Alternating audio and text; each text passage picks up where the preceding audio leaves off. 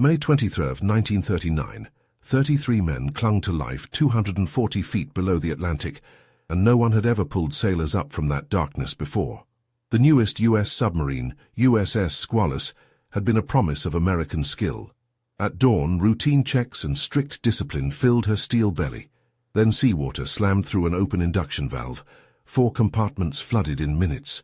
26 men died before the forward crew could even breathe their last prayers. 33 others huddled in freezing, poisoned air, counting breaths and watching their watches tick toward a fate the submarine community believed inevitable. This is not only a story of machines and metal, it is the story of the men who lose, the submariners who drown in silence, the families at Portsmouth whose hands tremble with coffee cups and unanswered prayers, the inventors who were mocked in peacetime and later blamed or forgotten. It is the story of Charles Swede Momsen, who had watched friends die in earlier peacetime sinkings and turned his grief into tools no one wanted, until grief demanded a rescue. It is the story of Chief Torpedoman Martin Sibitsky and scores of divers who would tie their hands to cold steel and affront narcosis, and the bends to lay a lifeline by touch. The Squalus would force a collision between human will and institutional habit. A tiny yellow buoy, a telephone line, and a voice that cracked through the night changed the map of possibility. The McCann rescue chamber, an idea once stamped impractical, would be pushed downward into a pressure that bends lungs and judgment. Sailors would be fed pea soup in the dark and hauled to a deck that smelled of bronze and smoke. Men who survived this near death would carry its memory into a world at war, some volunteering again to submarine service, some later lost or captured in the Pacific's greater sinking. Watch to the end to see how loss became invention, how grief reshaped naval doctrine, and how the losers of one age, drowned, captured, dismissed, became the teachers and victims of the next. The rescue is a triumph. The ledger it leaves behind asks a harder question.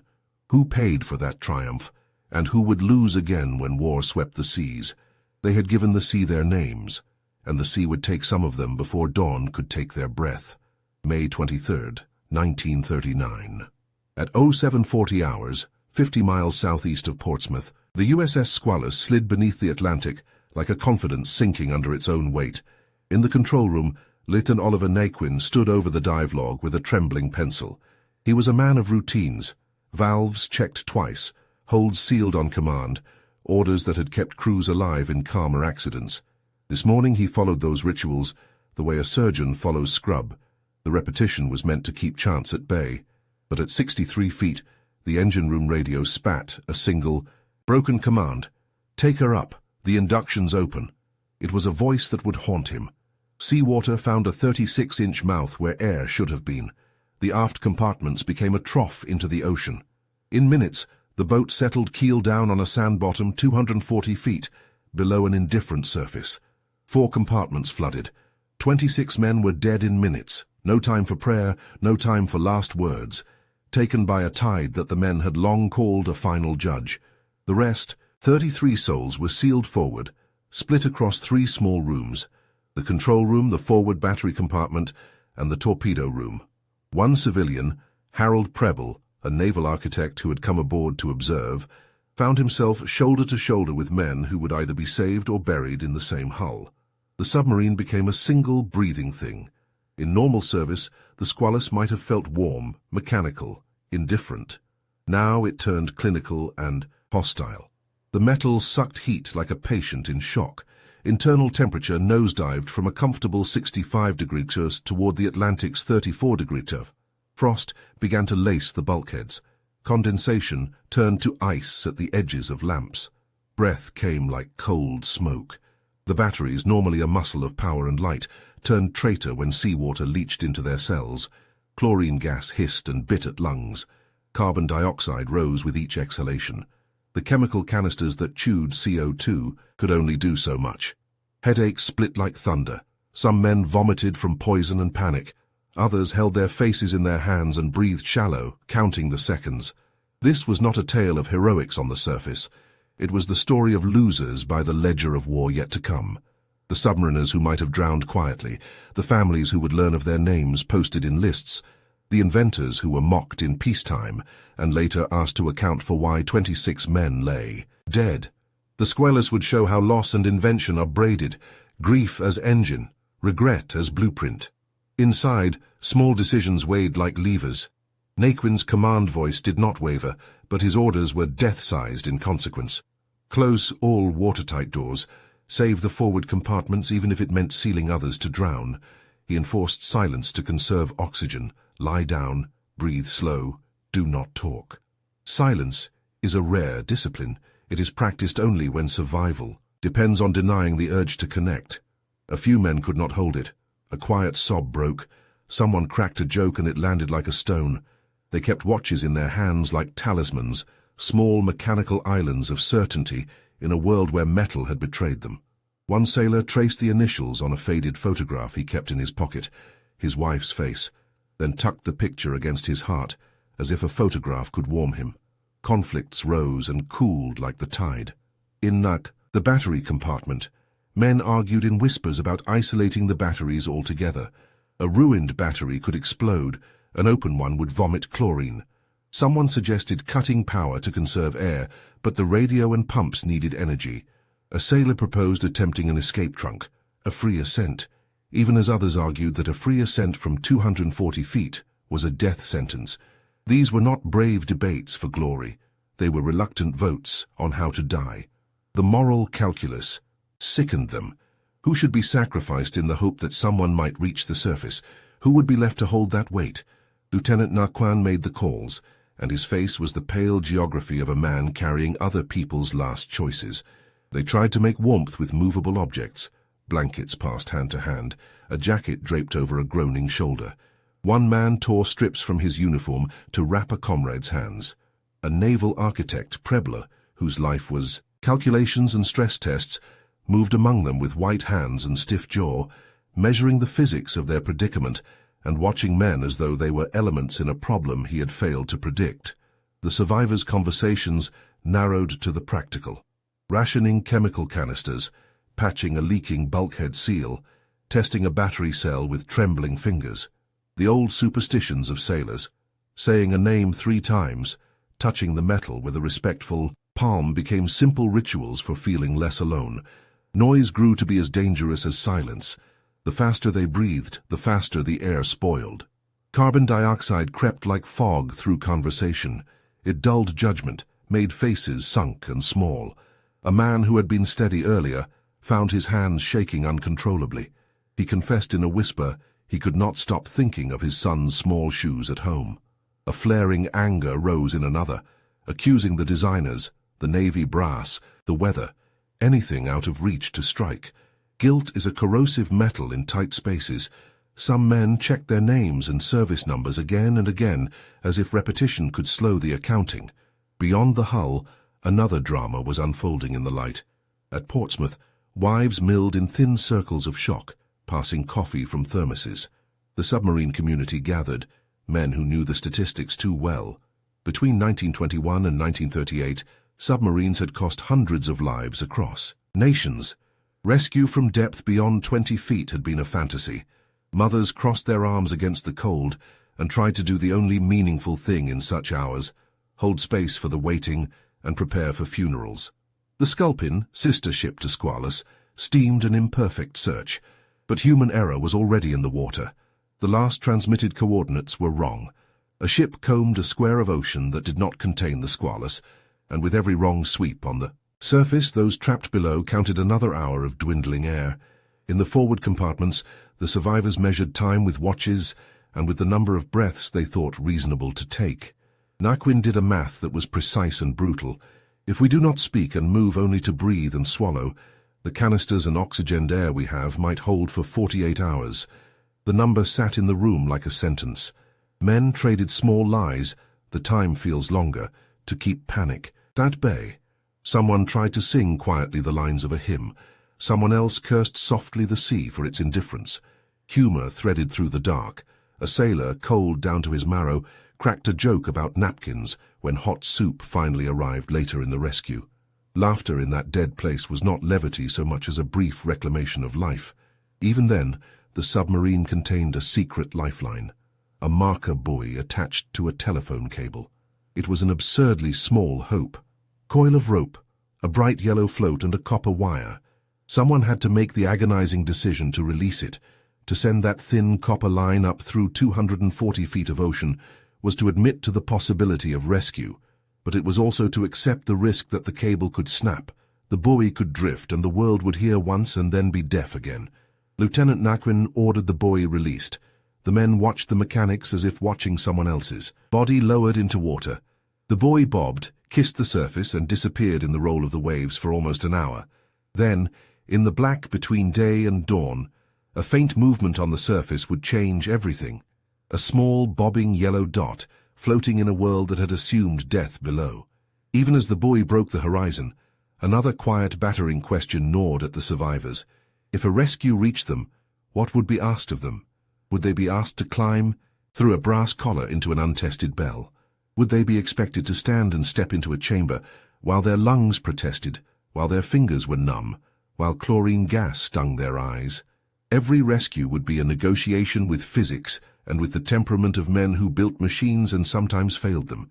If they survived this night, the ledger would close with births, medals, and perhaps shame.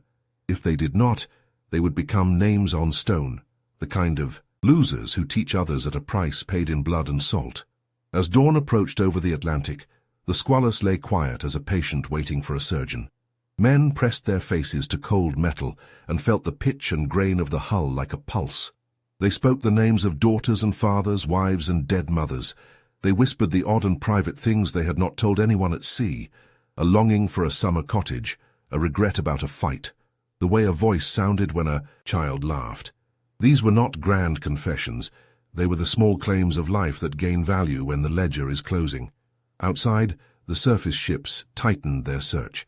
Inside, the men kept their small rituals.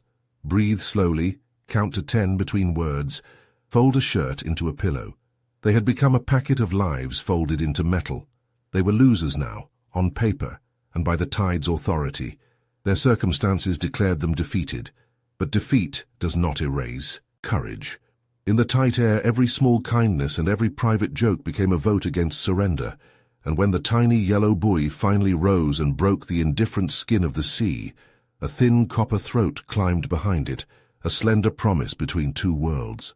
The cable would soon carry a voice that would change everything, if the sea allowed the line to hold. Who would answer when the phone rang from the bottom of the ocean? The yellow float bobbed like a single, stubborn sun on a glass of water, and for the men inside the metal skin below it was the slenderest of lifelines. On the surface, before anyone fully understood what it meant, the buoy looked almost ridiculous, bright plastic against an indifferent grey sea, but its copper thread ran down into the dark where 33 men lay cold and awake. It carried a telephone, a single ring that would cross two worlds, the wet, crushed world at the bottom and the busy, distracted world above. On shore, the hours lengthened into a particular kind of terror. Imagine waiting for a phone call about someone you love. The way time dilates, how ordinary minutes stretch and bruise. People tell themselves small lies to survive that waiting. He'll be home by supper. They found a snag, nothing more. And then the minutes expose the truth. Wives at Portsmouth paced under streetlights, hands on paper cups of coffee gone cold, trading rumors and holding lists of names as if paper could hold fate. The submarine community gathered like a family at a funeral that had not yet been scheduled. Men who knew how quickly systems could fail, who had watched drills become tragedies elsewhere. They had learned a brutal arithmetic. Beneath 20 feet, hope sometimes still hangs on wire and breath. Below 200 feet, hope had been a superstition, until that buoy bobbed up and said otherwise. On board the Sculpin, sailors hunched against the spray. They had orders and a search pattern and confidence in seamanship, but the sea will punish small errors. The last transmitted coordinates from Squalus did not match where she lay. It was a few miles, enough to spread efforts into a useless square of ocean. Imagine today trusting a GPS and being 5 miles off. Imagine emergency services combing the wrong neighborhood while someone yells outside the true house. In modern life, a wrong dot on a map can mean missed. Ambulances, delayed help, a life lost. In 1939, with fewer tools and more faith in human precision, the error cost hours. When the buoy bobbed into view, the Sculpin's crew lit signals and raised flares. At 0400 on May 24th, a ruptured telephone line in the surf connected. Lieutenant John Nichols grabbed the receiver below and spoke into a world that seemed impossibly far. He told the Sculpin what no one on deck wanted to hear, but all needed to know. 33 alive in the forward sections, 26 drowned in the aft, 240 feet down, air running out. The voice on the line was thin with cold and formal with training. Then the copper thread snapped, a literal severing of hope. For a moment, the world hung between a ring and silence. That broken line changed everything. Before the buoy surfaced, commanders could only imagine a worst case and play the odds. After the call, the Navy knew with rare clarity where the Squalus lay and what they faced. Living men trapped at a depth where no successful rescue had ever been performed. It turned a vague emergency into a race measured in hours and human breaths. Now the question was no longer whether they had a problem. It was whether anyone had a solution. The identification of survivors forced a moral pressure that bureaucracies seldom face in peacetime. Decision-makers had to choose between caution and risk. In ordinary life, we too are forced into that calculus. Do we take the highway in a storm to get to a sick parent, or do we wait for daylight? The Navy's commanders were asked to weigh lives against untested technology and to decide how many men they would risk in a rescue attempt that might cost rescuers their lives as well. This is the ugly ledger of loss, the loser's ledger, where numbers are not abstract but the beating chests of fathers and sons. On the waterfront, the families shifted from hope to prayer and back again. The young wife of a petty officer folded her hands until her knuckles whitened and imagined the worst. A funeral, a black hat at the door, a child who would ask why Daddy did not come home. Those images are intimate and cruel. They compress time and demand choices from strangers. Each reported detail, the buoy was found, the cable snapped, 33 alive, was a blow that reshaped hope. The communal rituals of waiting, coffee, folded newspapers, exchanged tobacco, were thin defenses against the knowledge that history had given them a page they did not want to read. At sea, commanders ordered search patterns widened, fuel burned at the edges of prudence, radios tapped lines for any stray signal. The Sculpin stayed near the buoy, keeping a watchful eye. Every scientist and technician on board and ashore knew the limits of their instruments. Rescuers ran checks on gear that, until that morning, had been considered adequate. Now the limitations of peacetime, planning and budget choices showed like underpaint. The men trapped below were not anonymous. They were brothers in ranks, sons and husbands. Their survival hinged on equipment developed by men who had been mocked for trying to prepare for a disaster many had accepted as inevitable. Across 200 miles to the south in Washington, a phone rang in the office of Lieutenant Commander Charles Bowers Momsen. For him, the call was a summons and a validation. He had spent years building devices and a reputation that oscillated between respect and ridicule. He had been a loser in many official eyes, an inventor stubbornly pointing at what others called impractical. To the families and the men clinging to life below, he was a possible savior. Imagine in your life someone you trusted ignored you for years, and then, when crisis arrives, you call them relief and resentment braided together.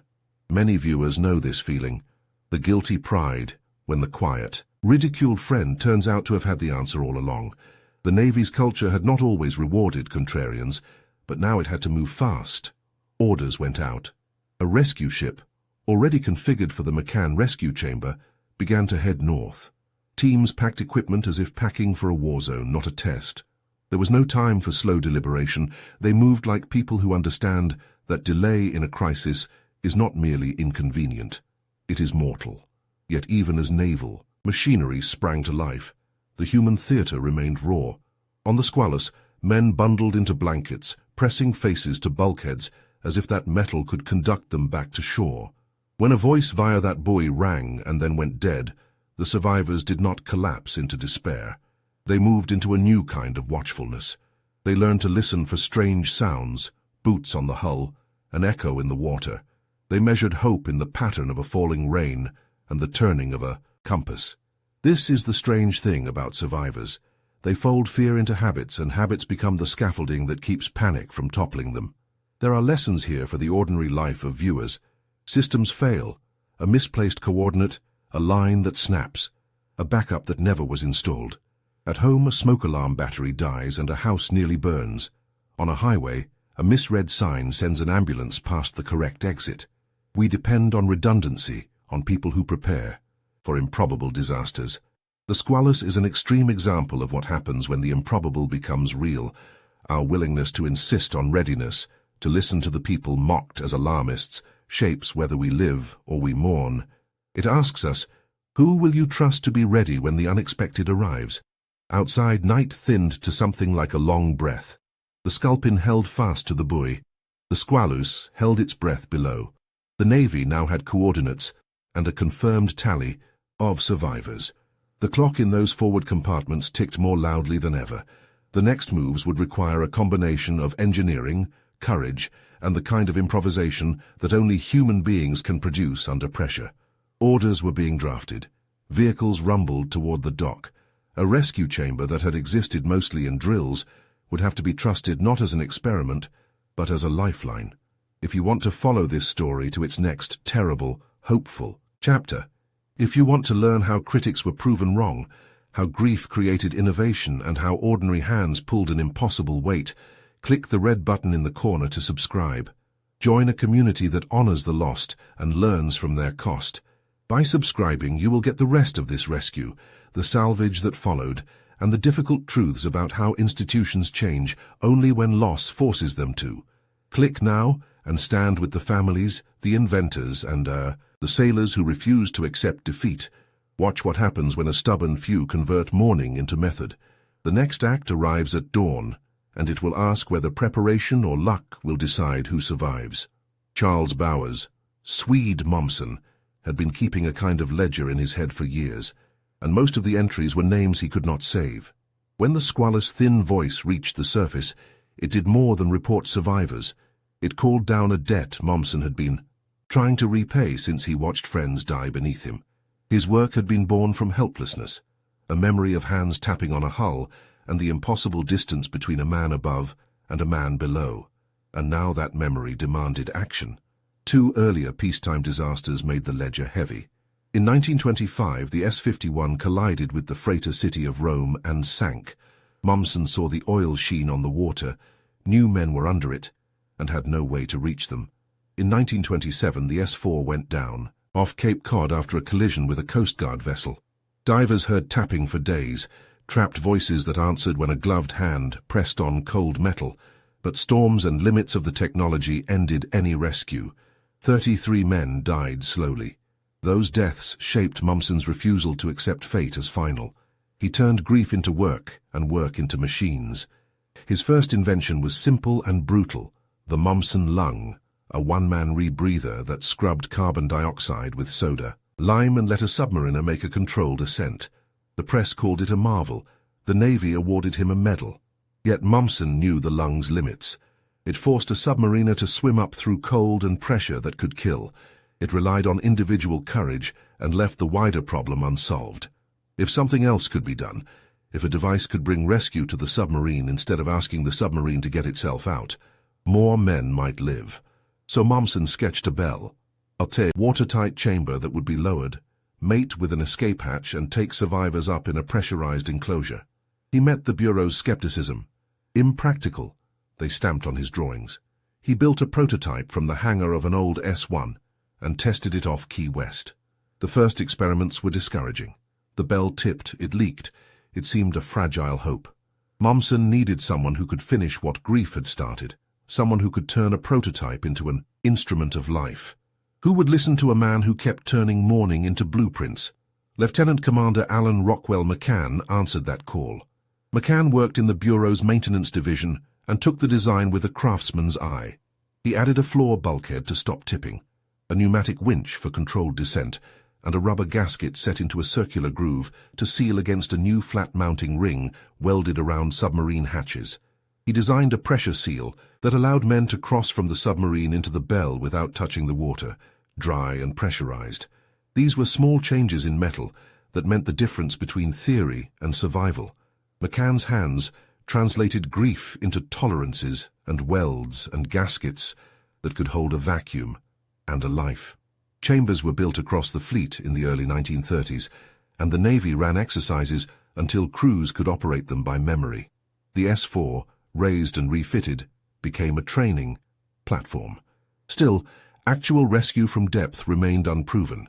In barracks and offices, men mocked the device as academic, an expensive toy for a fevered mind. Institutions commonly dismiss those who prepare for disasters that never happen. Mommsen had been that man for a decade, respected by some, ridiculed by others, but always persistent. The Squalus would force the Navy to stop arguing and start trusting a hardware Mommsen had made necessary. The McCann rescue chamber was not large, roughly 10 feet high, 7 feet wide, and weighing over 20,000 pounds. It had 2 compartments separated by a floor bulkhead. The lower compartment would mate with the submarine's mounting ring. The upper carried survivors to the surface. Its pneumatic winch shifted ballast precisely. Its rubber gasket compressed to form a watertight seal when pulled against the flat ring around the escape hatch. To work, the chamber needed guide wires attached to the Squalus's hatch, divers who could find that ring in the black, and a surface ship with calm enough seas to play the role of anchor. The plan was simple on paper and fiendish in practice. The bell was a fragile promise made of steel, and promises bend under pressure. Mommsen did not wait for ceremonial orders. The phone that morning meant everything. He threw equipment and men into cars and drove north at breakneck speed. Police escorts flung aside protocols as the convoy screamed up the coast. He and his team arrived in Portsmouth in record time, a little burned out and very awake. The Falcon, a converted minesweeper carrying the McCann chamber, steamed the same route from New London with similar haste. When engineer and inventor meet disaster, logistics have the desperate flavor of a war, machines and men straining against limits to match the speed that breath demands. What kind of man stomps the capital in the small hours and keeps calm when a hull is crying below? Mommsen was steady and direct, nicknamed Swede for his evenness in crisis. He had tested his inventions on himself. He had ridden to depth to prove the lung and to teach others how to use it. That testimony gave him authority beyond memos. But authority does not erase the weight of expectation. Now he was asked to govern a live operation where failure meant deaths he carried again on his ledger. The phone had validated him and sentenced him to act. Could a lifetime of preparation withstand the pressure of a real rescue? The team he gathered for the descent were not celebrities. They were divers used to translated fear, men who had rehearsed the rapture of the deep and learned to control panic with muscle memory. Chief torpedoman Martin Sibitsky, for example, had practiced touching metal in the dark until his hands could find a groove by habit. Operators like John Mihailovsky and Walter Harmon had run the chamber in drills and knew the ballast systems down to the hiss of the valves. They trained in helium-oxygen breathing mixes to reduce nitrogen narcosis, because at the depths they would work, most men turned slow and sweet in their heads. They rehearsed decompression stops, timed their ascents, and practiced failure modes until they felt like second nature, because nature and the sea is cruel when a mind is unprepared. There is a human truth in their training that viewers know in another language. We rehearse for emergencies we hope never to meet. You test your smoke alarm, you keep a spare tire, you practice a fire escape with your kids. Most of the time such drills are boring and thankless. When crisis arrives, those small, repeated acts can be the difference between life and death. The McCann team's rehearsals were the same kind of stubborn, slow insurance, yet training does not eliminate the terror of the moment. It simply gives people something to do that keeps them from being overtaken by it. On the Falcon, the rescue chamber was readied like a coffin-turned miracle. Men packed supplies, hot pea soup wrapped in insulated containers, milk, blankets, flashlights, medical kits. The smallness of the provisions mattered. A warm cup of soup could anchor a hypothermic man to life, the way a hand can anchor one to shore. The chamber's operators mapped the descent in their heads again and again. Follow the guide wires. Maintain neutral buoyancy. Keep the telephone circuit clear. Watch the seals. Outside, the Atlantic listened and waited. Some officers worried. There was a bureaucratic voice that asked for assessments and for checklists. There was a calm voice that argued for patience and for testing. And then there was Mumson's voice, which cut through both. Move. Hurry. Do not allow administrative caution to become a slow death for men in steel. That tension is familiar to anyone who has watched a decision delayed by process while a problem gets worse, an ambulance that is stuck in paperwork, a manager who refuses to authorize a loan before a company fails. Those delays feel wrong and moral in the same breath. The divers would do the first hard work, descend to a realm where every breath is heavy and every thought slows. They would find the squalus by feeling for it with gloved hands, attach guide wires to a mounting ring welded around a hatch, then send signals up the cable that would guide the bell. No camera could give them a full view. Their eyes would be useless swirls in murk. Their fingers, trained and frozen, would be their eyes. At that depth, the physics of a rescue become personal, hands-on work. A failed cable, a misaligned gasket, a breath that comes too fast. Any of these small errors could turn rescue into another headline of loss. When a man under 240 feet hears boots strike metal above him, what will he let hope do to his heart? They descended into a world that did not want them. 240 feet of black water that presses the lungs flat and turns thought into syrup. In a lit control room 50 feet above, the McCann rescue chamber looked like a steel tomb painted by optimism. To the men inside the squalus, the first sound of rescue would not be an announcement, but the hollow clank of lead boots on a metal flank. That noise arrived like a promise. Chief Torpedoman Martin Sibitsky took the first plunge. Imagine stepping into a suit that weighs more than your house jacket, a brass helmet that rings with every cough, and a pair of lead boots that make each step a small judgment. He swallowed a breath that would feel like going uphill for an hour, and let the winch pay him out into the green void. At depth, breath is a chore. Every inhalation is work against 7 atmospheres of pressure. The water is 34 degrees and steals heat with such efficiency that even with layers and canvas, fingers and toes go numb. Helium-oxygen mixtures had been pioneered by Mumson to blunt the narcotic effect of nitrogen, but even helium cannot warm a hand that must tie a knot with gloves gone stiff. The first diver's world was a sequence of lists in his head. Find the mounting ring, feel the bolt holes, attach the guide wires, test each attachment, signal. Sight is useless. Visibility is inches where a lamp cuts a small cone of turbidity into the black. The sea at that depth holds flotsam, silt, plankton, the bones of lost things, and it translates light into confusion. The diver works by touch, memory, and muscle memory. The same way a blind man reads Braille. Each movement must be pre-decided, because the mind will not hold in the liquid pressure. Sibitsky's hands found the flat ring welded around the squalus's forward hatch. His trained fingers found the bail and guided the wire through fingers that could barely feel. Consider what his hands were doing, attaching hope to iron with raw, numbed skin. The guide wires would become the rescue chamber's map. Without them, the chamber could circle for hours and miss its prey. At 240 feet, hours mean everything. After he signaled, the surface ship hauled him up slowly so he could decompress in staged stops. The decompression itself is merciless. Ascend too fast, and nitrogen in the blood becomes bubble and pain. The bend. The decision to stop, to take minutes at certain depths, is a negotiation between survival and timing. When the rescue chamber began its first operational descent, 2 men rode inside, John Mihailovsky and Walter Harmon. They carried not only ballast and float values, but also tin cans of hot pea soup and blankets, the small obvious kindnesses that matter when you are cold to the bone. The operators knew their gauges, their hoses, the hiss of compressed air. They spoke over a telephone line that ran down the chamber's spine. The cables rattled like an old man's bones. Each gauge was a heartbeat, the depth needle a metronome of hope. The chamber met metal with a dull, definite thud. The gasket on the chamber's rim kissed the flat mounting ring on the squalus, and the operators began their slow battle with water and pressure.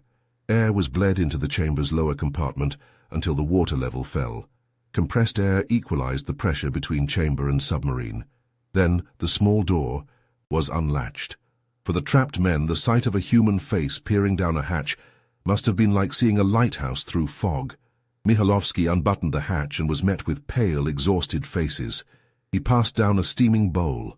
A man who had not felt warmth in hours slurped and cracked the first joke in a day. "Where are the napkins?" Laughter came like a fissure of sunlight.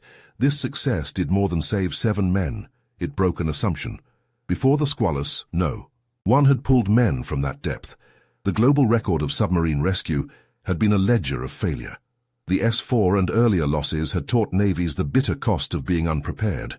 In 1939, Europe was grinding toward a war that would drown thousands. Submarine warfare would loom larger in the conflict to come. Lessons learned in peacetime rescues would later save lives, but also help send men into deadly patrols. Mumson's methods and the divers' training would become tools for war as much as for rescue. The winners and losers of tomorrow were already learning their trades in the cold dark of May. The operation did not proceed with calm regularity. Weather stiffened. Waves grew teeth, and the Falcon rolled. Time became a currency.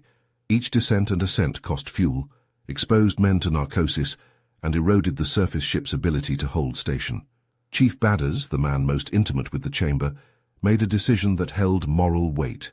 He would push the chamber's limits. Designed for 7 survivors plus 2 operators, the Bell had margin for safety. Badders chose to bring up 8 on the second trip and 9 on the third. Each overload a small transgression against the manual's calculations. He judged that the risk of leaving men down was greater than the risk of overburdening the Bell. That judgment would later earn him a Medal of Honor. At the moment, it was barely an ethical choice, like a parent deciding which child gets the last life-preserving vaccine. The second and third trips tested the chamber and the sea. 9 men crammed into a compartment built for fewer. Oxygen levels, ballast, and cable loads were strained. Yet the Bell rose, and the Falcon's deck accepted men wrapped in blankets and weeping with relief. Watching those men arrive, families on shore learned a new kind of miracle existed. Tools can be made to answer grief, and when men choose to bend rules for life, rules are the lesser thing. Then came the final descent with 7 men left in the squalus. Lieutenant Naquin, having commanded in the dark, chose to be last aboard, true to a maritime code that puts officers at the end of the line. He made the slow climb into the Bell, sealed the hatch behind him, and felt the odd knotted sensation of leaving the ship he had commanded. The chamber lifted, and for a breathless moment, the whole thing worked as planned. But at 100 feet, the cable fouled. Imagine a lifeline the instant it becomes a noose. The cable kinked and wrapped around itself. The winch stuttered and then stopped. The chamber hung in the water column like an abandoned thought. Inside, the men felt every meter of delay as an extra cold and the slow press of CO2. Outside, the Falcon strained. Divers were sent down again into a night that had become genuinely terrible. The first man, Chief Torpedoman Walter Squire, went down and found the cable twisted. He could free some of it, but when he did, the chamber bounced against the hull and the men inside were thrown. Injuries occurred in the blind. Jesse Duncan dove next and became entangled. His air hose rapped, his lamp spun. Nitrogen narcosis dulled his hands. He was pulled up unconscious. A third diver tried and failed. The fouled cable could not be fixed in situ. What happened next was almost unimaginable. Men on deck began to haul, not with engines but with their hands. They tied themselves to the cable and pulled in rhythm, their muscles screaming and skin cut by steel. Mumson himself grabbed the cable and pulled. They would blow the chamber's ballast for 15 seconds at a time, making the Bell momentarily lighter, while the pulling men hauled inch by inch. It was a choreography of desperation. Each time the chamber rose a few feet, hope breathed a little more freely. Each stall renewed the fear that the cable might snap, or the winch fail. The human body can do extraordinary things when pushed. Arms burned, knuckles bled, backs arched into the ache of exertion. The men pulled through exhaustion, through the pain of metal cutting into palms, through the knowledge that if the cable parted, the chamber would fall back into the dark and crush everything. In those hours, collective effort mattered more than engineering. The deck of the Falcon became an altar where men paid with muscle. Slowly, the chamber came up. 50 feet, 30, 10. When the Bell broke the surface at Douro 30 on May 25th, 39 hours after the squalus sank, the deck erupted in raw noise. Naquin and the remaining 6 were lifted onto the Falcon, wrapped in blankets, and guided to doctors. They were cold, damaged, and alive. The rescue had succeeded where history had predicted failure. It was a technological triumph, yes, but the decisive acts had been human. Diggers of wire, cold, numb hands, attaching guide ropes and deckhands, whose aching muscles refused to yield. This rescue changed doctrine and morale. Within months, navies would face a war that made submarine service both more lethal and more consequential. In World War II, the submarine would be a weapon of first importance and also a place of acute danger. American submariners later bore terrible casualty rates, high compared with other services. Submarine crews were small and intimate. When a boat failed, their losses were total. The innovations from the Squalus rescue, McCann chambers, helium-oxygen diving mixtures, and formalized rescue procedures would save some lives in wartime and shape a new doctrine of readiness. But they could not prevent the ocean from being an unforgiving arena.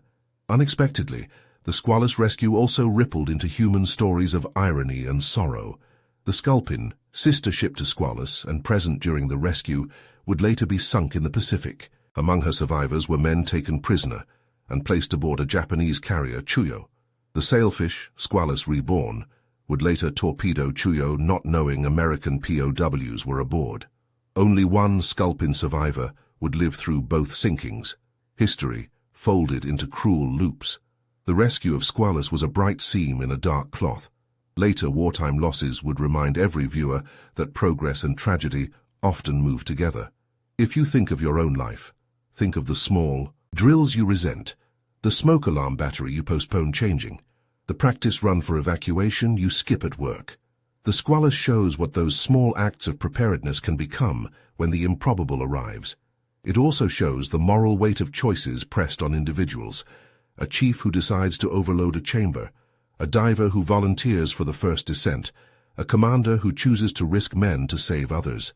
These are not heroic myths, but human calculations inside a pressure cooker. When the last bell rose and men wept on deck, applause and medals followed. Yet the ledger of loss remained. 26 men were still dead in the Squalus's flooded aft. Divers would later risk more to recover those bodies. Salvors would haul the submarine itself to the surface months later. The survivors who returned from the Belle would carry their knights into the war. Some re-enlisted, some fought and died later. Some told their stories in quiet reunions. The rescue was a victory with a price, proof that men could be pulled from depths once thought final, but also proof that the ocean is merciless and that human life often teaches institutions only after cost has been paid. When the last bell broke the surface and 33 men tumbled onto the Falcon's deck, the world read the moment as a triumph of skill and will. Newspapers called it a miracle. Inventors found vindication. Sailors found hope. But a full account must keep its gaze on the other ledger, the names that never came up, the families who learned only that the sea had kept their sons, and the divers who returned with broken health. The Squalus story closes one chapter of rescue and opens another long, difficult ledger of loss that reaches into the years of war that followed. The Navy did not let the Squalus rest as a closed case. Divers returned to 240 feet again and again, wearing the new breathing protocols and often paying with their bodies. Decompression sickness, the bends, left several men permanently injured. Others suffered temporary paralysis or long recovery. 25 bodies were recovered from the flooded compartments during salvage. One man's body was never found. The funerals at Kittery, Maine were public, large and private in their grief. Rows of identical markers for identical uniforms, mourning whose scale made the abstract cost real. In a nation soon to be consumed by global war, these funerals were a rehearsal of a much larger sorrow. The inquiry into the sinking was clinical but consequential. Investigators found that the engine air induction valve's operating gear had failed. The valve, which should have closed automatically, had remained open as the boat submerged. Seawater poured through a 36-inch throat and took the aft compartments in minutes. The board exonerated Naquin and his crew. The disaster was mechanical and systemic, not human. Failure in the control room. The Navy moved quickly to act on the findings. Quick-closing flapper valves replaced the old mechanisms across the fleet. Safety learned by bitter expense became policy. Institutions often change only when the cost of not changing becomes painfully visible. The Squalus was one of those costs. Salvage was an engineering odyssey. For 4 months, divers and riggers attached pontoons, calculated lift forces, and staged a careful ascent that would bring the submarine back to daylight. On September 13, 1939, Squalus surfaced again and was towed into dry dock at Portsmouth. The sight of a submarine emerging from the deep drew thousands who wanted to see proof that metal could be reclaimed from the sea and that the dead could be honored. The work to raise her involved hundreds of dives to a depth that, before the Squalus, many considered unsurvivable for human labor. Those divers were winners by deed and losers by cost. Many carried the story forward in scars and memory.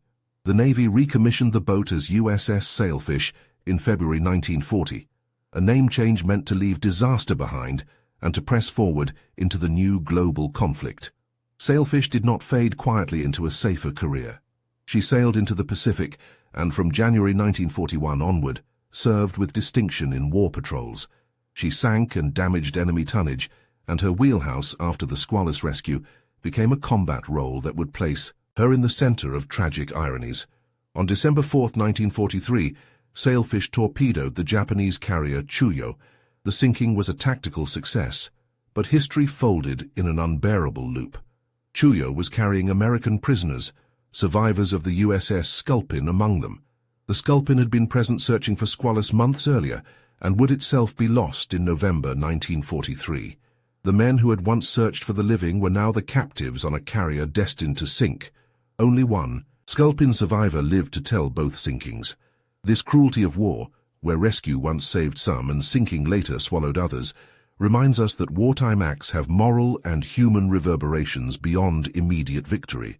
Charles Swede Mommsen, once mocked as impractical, lived long enough to see his work change doctrine. He continued in the Navy through World War II, rising to Vice Admiral, and his inventions were adapted and deployed. The Mommsen lung, despite its limitations, saved lives in at least one wartime escape. After USS Tang sank in October 1944, 13 men used the lung to attempt ascent. Only 5 survived to be captured by Japanese forces. The lung was imperfect, but better than nothing. The McCann rescue chamber's lineage lives in modern rescue modules that can mate with submarine hatches hundreds or thousands of feet deep.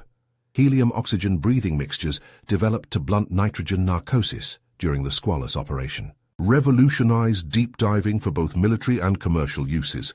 Mommsen's persistence turned shame and skepticism into tools that would save lives, even as the next war took its own terrible toll. The human ledger of World War II is huge and often numbing. Tens of millions dead, cities destroyed, families broken. Within that vastness, the Squalus is a concentrated lesson. Progress sometimes arrives after grief. Institutions slowly accept changes only when their failure becomes visible on the ground. Submarine warfare in World War II would be lethal. U.S. submarines suffered high casualty rates, yet delivered strategic impact that shaped the Pacific War. Small crews made enormous differences. The intimacy of submarine service meant that loss was absolute most times. Boats lost meant entire crews gone. Thinking of the Squalus, we must ask, who were the losers in that war, and how did their losses rewrite tactical and moral rules? The people who paid were many. The engineers who had to accept blame and then rework entire fleets. The divers who risked permanent injury to bring others home. The families whose children never returned. The prisoners who later died aboard carriers unknown to their attackers. There is an ethical tension in praising technological advancement born from disaster. On the one hand, improvements like the McCann chamber, new valve mechanisms, and safer diving gases reduced future deaths. On the other, those very improvements were catalyzed by real, avoidable loss. The Squalus shows how society sometimes accepts risk for progress, and then must live with the human cost of that calculus. There is another story, quieter but no less important. The survivors who went back to sea. Some of the men rescued from Squalus volunteered again for submarine duty. Their choice was not simple bravery. It was a complicated pact with fate. They had seen both surrender and salvation and chose to return to a service that carried high mortality. Many sailors have a concept of duty that surpasses personal safety. By choosing the sea again, these men affirmed trust in the new systems and in the men who would now be their rescuers. Lieutenant Oliver Naquin, who had commanded Squalus during her final hours, was reassigned, not punished, and later served as navigator on the heavy cruiser USS New Orleans during major Pacific battles, including Coral Sea and Midway. He survived a torpedo strike that severed a portion of the New Orleans bow and helped save the ship. He continued his career, rose to Rear Admiral, and retired in 1955. He lived until 1989, but he always deferred praise to his crew, insisting that their calm discipline saved lives. Naquin's story reminds us that survivors carry complex memories, pride and gratitude for rescue, mixed with the persistent private echo of those who did not come up. The medals followed. Men like Chief Machinist's Mate William Badders and Chief Torpedoman John Mihailovsky received the Medal of Honor for courage and decisive actions. Dozens received the Navy Cross and other citations. Honors are public reckonings, but they cannot measure the private cost. The sleepless nights, the long terms of recovery, the families remembering names on gravestones. The cemetery at Kittery holds those markers. Visitors still stand there quiet, reading the same names and thinking about the odds of those who were saved and those who were not. What should we, decades on, take from the Squalus? First, that losing can be the engine of change if the living insist on learning. Second, that progress in safety is rarely smooth. It often requires someone to fail publicly before institutions move. Third, that the victims, those who died, who were imprisoned, who were injured, are not mere statistics in a textbook. Their stories shape doctrine, technology, and memory. And finally, that in a world where war cycles on, ethical questions persist. What price are we willing to accept for preparedness, and who pays when judgment fails? If this story touched you, if it opened a memory or a question about loss and invention during war, please stay with us. Subscribe to the channel and click the like button to help more people find these stories. If you have questions, or if this account stirred personal memories, maybe a grandfather who served under similar conditions, or a family story you want acknowledged, please leave a comment. You can share anonymously if you prefer. Your words matter. They keep memory alive and insist that lessons from loss are not forgotten. In honoring those who lost their lives and those who were saved and scarred, we make a promise to remember and to turn grief into wisdom. Thank you for listening.